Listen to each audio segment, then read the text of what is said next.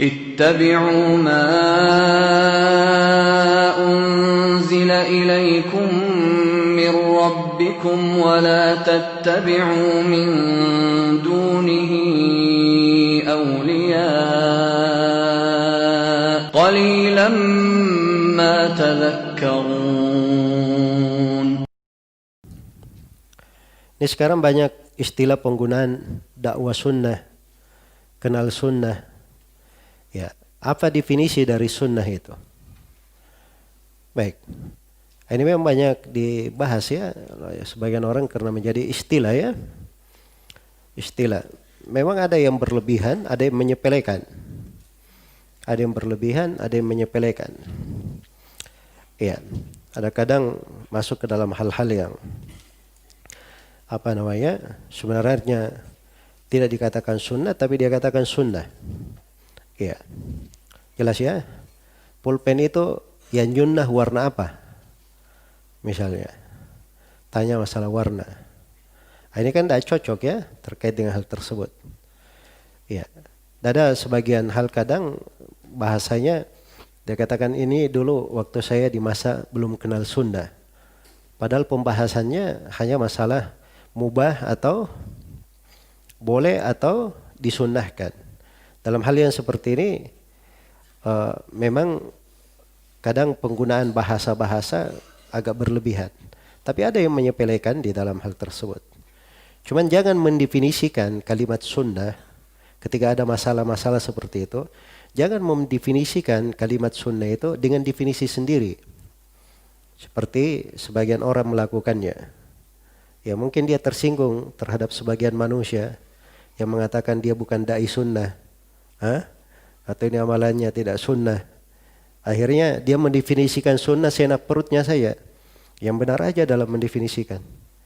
Sunnah itu ada definisinya secara bahasa, ada definisinya secara istilah. Secara bahasa sunnah itu adalah at-tariqah. Adalah jalan. Jalan yang ditempuh, baik maupun buruk. Itu sunnah secara bahasa. Karena itu di dalam hadis dikatakan man sanna fil islami sunnatan hasana. Siapa memberi contoh dengan sunnah yang hasan, yang bagus. Dan setelahnya dikatakan man sanna fil islami sunnatan sayyi'ah. Siapa yang memberi contoh dengan sunnah yang jelek. Ini secara bahasa memang seperti itu, jalan. Ya, mungkin baik, mungkin jelek. Itu kan sunnah. Kalau dia menunjukkan sebuah jalan, orang mengikutinya, itu dikatakan dia memberi sunnah. Memberi contoh, walaupun itu jelek. Karena itu anak Adam yang pertama membunuh, tiap kali ada yang membunuh setelahnya, anak Adam pertama ini dapat dosanya juga. Kenapa? Li'annahu awwala man sanna al-qatal. Karena dia adalah orang yang paling pertama memberi sunnah membunuh. Memberi sunnah artinya apa? Contoh membunuh. Ini penggunaan secara bahasa atau istilah? Secara bahasa, tidak mungkin dikatakan istilah. Jelas ya? Adapun secara istilah, sunnah itu ada dua macam. Ada makna umum dan ada makna apa? Makna khusus. Sunnah dengan makna umum, itu yang dibahasakan oleh para ulama, sunnah adalah lawan dari bid'ah. Sunnah adalah lawan dari apa? Dari bid'ah. Dan ini istilah yang paling populer di tengah para ulama di masa dahulu. Jelas ya? Di tengah para ulama di masa dahulu. Kalau di masa belakangan ini memang tidak populer. Iya. Memang tidak populer, tapi kalau di masa dahulu itu populer sekali. Ya, karena kebanyakan buku-buku yang memuat tentang akidah secara khusus itu dinamakan dengan penamaan apa? As-sunnah. Sunnah bermakna lawan daripada apa? Lawan daripada bid'ah. Karena itu Ibnu Rajab rahimahullah ketika beliau definisikan as-sunnah, kata beliau as-sunnah at-tariqul masluk. As-sunnah itu adalah jalan yang ditempuh. Yang Nabi dan para sahabatnya berada di atas jalan itu. Mencakup keyakinan, ucapan, amalan dan segala perkara agama. Jelas ya?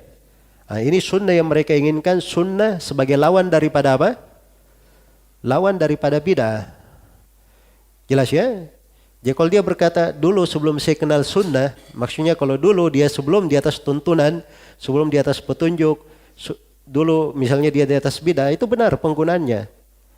Kalau dikatakan ini dai bukan dai sunnah, ya mungkin benar ya kalau dia tidak mengajak kepada sunnah tapi mengajak kepada bid'ah. Walaupun ada sebagian orang berlebihan ya dalam penggunaan. Kadang orang jatuh dalam kesalahan 1, 2, 3 ya. Kemudian langsung dia hukumi ini dai bid'ah. Padahal kesalahannya tidak sampai ke sana. Belum sampai ke sana. Ini kan bentuk berlebihan. Tapi dari sisi istilah itu ada. Istilah. Jelas ya? Ini ada orang yang mendefinisikan sunnah. Ini istilah tidak dia singgung. Padahal ini yang populer di tengah para ulama. Buku-buku yang ditulis dalam hal ini puluhan buku dengan nama as-sunnah. Di tengah para ulama as-salaf. Ya. Kalau begitu bagaimana cara dia membahasakan ilmu? Apa yang dia baca? Sampai luput dari hal yang sangat populer di tengah para ulama. Jelas ya? Jadi ini sunnah yang pertama memiliki makna apa? Makna umum. Yang kedua sunnah memiliki makna khusus. Nah, sunnah itu dengan makna khususnya kembali kepada bidang ilmu mana yang menggunakannya. Ada sunnah di istilah para ulama ahli hadits, ada sunnah di istilah para ulama fikih, ada sunnah di istilah para ulama ahli usul fikih. Ya. Ini beda-beda ya cara mereka mendefinisikan sunnah. Ada sunnah kadang diikatkan dengan kondisi tertentu. Misalnya ini sunnah khulafaur rasyidin, ini sunnahnya siapa? Abu Bakar As-Siddiq. Ya. Ini sunnahnya Umar radhiyallahu taala anhu. Ya. Baik. Maka ini diantara penggunaan-penggunaan kata sunnah. Jadi berangkat dari sini sunnah itu masuk di dalamnya akidah. Masuk juga di dalamnya manhaj. Masuk juga di dalamnya akhlak. Dan seluruh pembahasan agama itu masuk di dalam sunnah. Masuk di dalam apa? Sunnah. Jadi kalau ada yang membahasakan bahwa sunnah itu adalah manhaj, itu benar. Tapi dari satu sudut. Kalau dia katakan seluruh sunnah adalah manhaj, ini tidak benar ya, dia tidak paham apa itu sunnah. Manhaj itu metode di dalam berfikir. Cara berfikir, itu manhaj namanya. Ya, ketika dia cara berfikirnya sesuai dengan tuntunan Al-Quran dan As-Sunnah, di atas jalan as-salaf, itu artinya di atas manhaj dia. Kalau cara berfikirnya dengan cara berfikir orang-orang yang biasa mentakwil sifat, itu dikatakan manhajnya manhaj mu'attilah atau manhaj al-musyabbihah. Ya, jelas ya? Nah, kalau dikatakan suluk, betul di dalam sunnah ada suluk karena ada terkait dengan akhlak. Terkait dengan apa? Akhlak. Baik. Jadi ini mana-mana yang terkait dengan sunnah. Ya wallahu ta'ala alam.